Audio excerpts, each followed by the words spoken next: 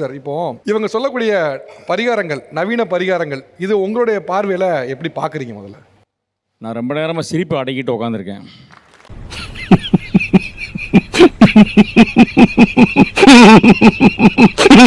ரொம்ப கோவம் வருது, எனக்கு ரொம்ப கோவம் வருது. ரொம்ப கோவம் வர்ற அதே நேரத்தில் சிரிப்பும் வருது. ரொம்ப திட்டவும் முடியல.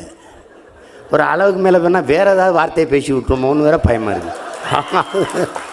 ஒரு அறிவியல் விஞ்ஞானி நீண்ட நாள் கண் முழிச்சு அவன் மூளையை பயன்படுத்தி ஒரு மின்காந்த அலைகள் அப்படிங்கிற ஒரு வேவை கண்டுபிடிச்சி அதுக்குள்ளே சிம் கார்டுக்குள்ளே அதை அடக்க முடியும்னு கண்டுபிடிச்சி, சிம் கார்டை போட்டால் மின்காந்த அலைகள் பரவும், ஒரு ஃபோன்லேருந்து இன்னொரு ஃபோனுக்கு போகும்னு கண்டுபிடிச்சி, செல்ஃபோன் ஒன்று கண்டுபிடிச்சி இந்த உலகத்தை வியப்பில் ஆழ்த்திட்டு இருக்கான்.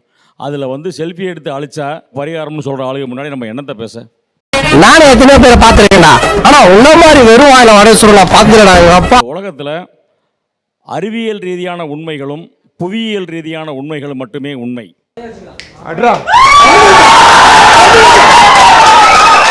ஜோசியம் பார்க்குறவங்களையும் ஜாதகம் பார்க்குறவங்களையும் மன்னிச்சிக்கவே கூடாது. மன்னிக்க முடியாத குற்றவாளிகள் அவங்க மட்டும்தான். என்ன பார்க்குற? துப்புறானேனா உன்னை மூஞ்சில வேற யாரும் துப்ப கூடாது பாரு. அதான் நான் துப்புறேன்.